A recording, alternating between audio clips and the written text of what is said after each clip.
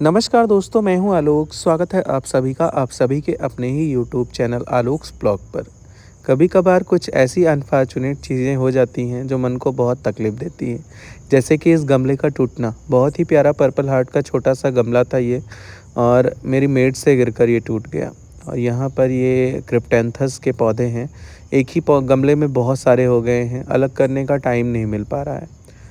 और ये है डिफेनबैकिया का मेरा प्लांट, नीचे से काफ़ी बुशी हो रखा है। खूब सारे न्यू पप्स निकल के आ रहे हैं। इस समय घर पे काम चल रहा है।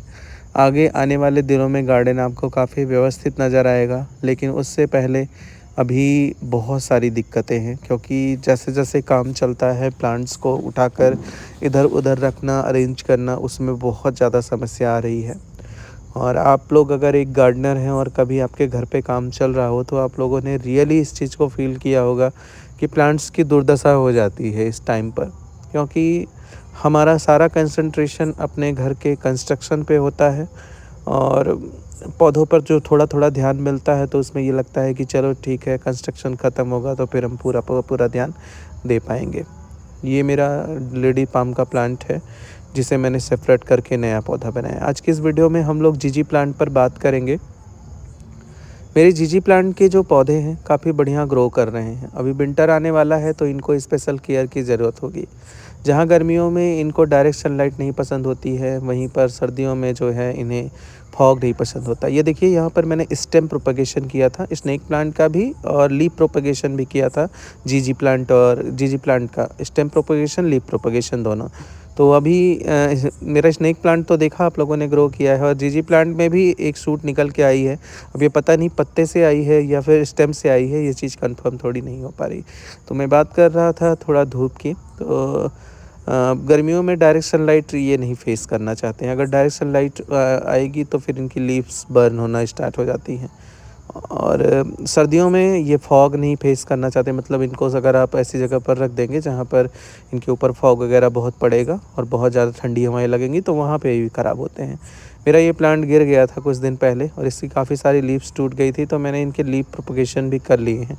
लेकिन देखिए कितने सारे न्यू पप्स इसके अंदर से निकल के आ रहे हैं, बहुत बुशी हो रखा है। और ये वाली स्टेम भी इसकी टूट गई है, तो मुझे इसको भी कटिंग से ग्रो करना है। लेकिन अब मतलब पूरी विंटर भर मैं वेट करूँगा। काफ़ी हेल्दी स्टेम है, बहुत से हेल्दी लीव्स भी हैं, तो इसकी लीफ प्रोपगेशन भी करूँगा और स्टेम प्रोपगेशन भी करूँगा। यहीं से देखिए टूटा हुआ है, और ये सब टूटा वही आंधी आई थी एक दिन, उसकी वजह से।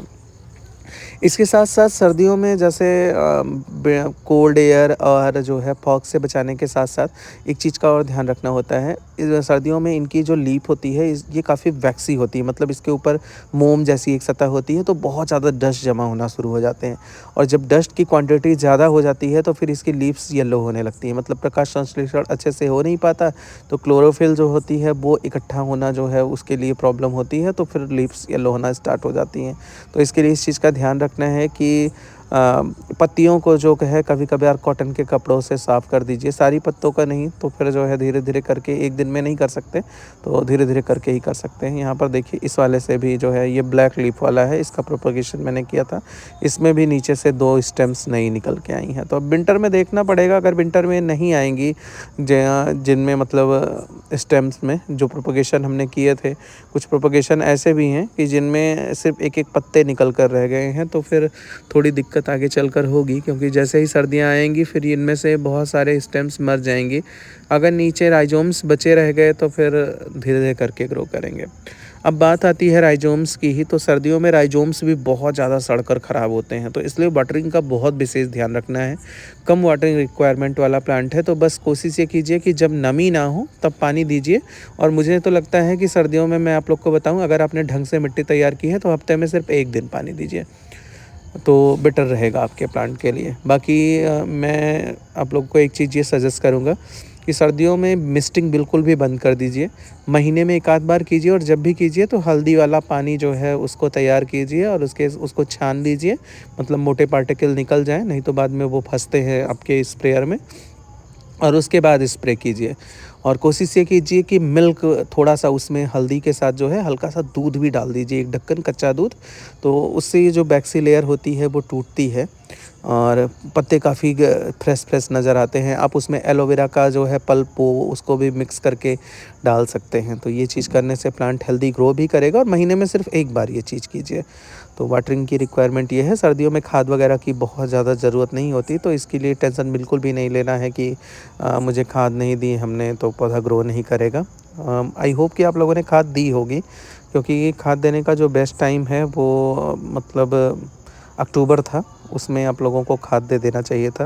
मैं 3 बार खाद देता हूँ, एक बार मार्च में, दूसरी बार जो है जून से जुलाई के बीच में और तीसरी बार लास्ट में बिल्कुल अक्टूबर में, और एक-एक मुट्ठी सिर्फ कंपोस्ट डालता हूँ। उसके अलावा आपका वही सीवीड का ग्रेन्यूल वगैरह थोड़ा-सा उसमें मिक्स करके रखता हूँ, थोड़ा-सा फंजीसाइड, और इस बार तो मैंने ज़्यादातर हल्दी का यूज़ किया है। सभी पौधों में मैंने हल्दी डाली है फंजीसाइड की जगह पे, क्योंकि मुझे लग रहा था क्योंकि फंजीसाइड मेरी मिट्टी ख़राब कर रहा था, तो मैंने हल्दी का ही इस्तेमाल किया ज़्यादातर।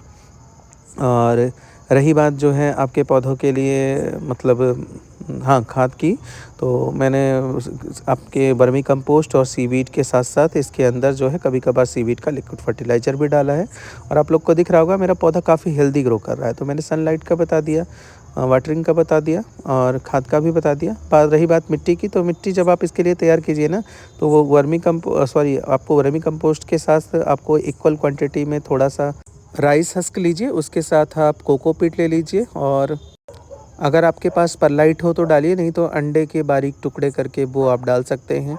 कोयले के टुकड़े डाल सकते हैं बारीक करके, बिल्कुल आप बजरी हल्की सी थोड़ी बहुत डाल सकते हैं। जैसे-जैसे ये गमला मेरी नज़र में आता है ना, मुझे तकलीफ़ होती है थोड़ी-थोड़ी। तो इस तरीके से सॉइल मिक्स बनाइए। रही बात जो है आपके इस पौधे को मतलब बहुत वाटर लॉगिंग वाली सॉइल मिक्स नहीं पसंद होती है, तो पोरस ही तैयार कीजिए और प्लस लाइट वेट भी होनी चाहिए। तो आई होप आप लोग इन चीज़ों का ध्यान रखेंगे। इसी के साथ इस वीडियो को एंड करते हैं। मिलते हैं किसी नई वीडियो में, तब तक के लिए bye bye and take care.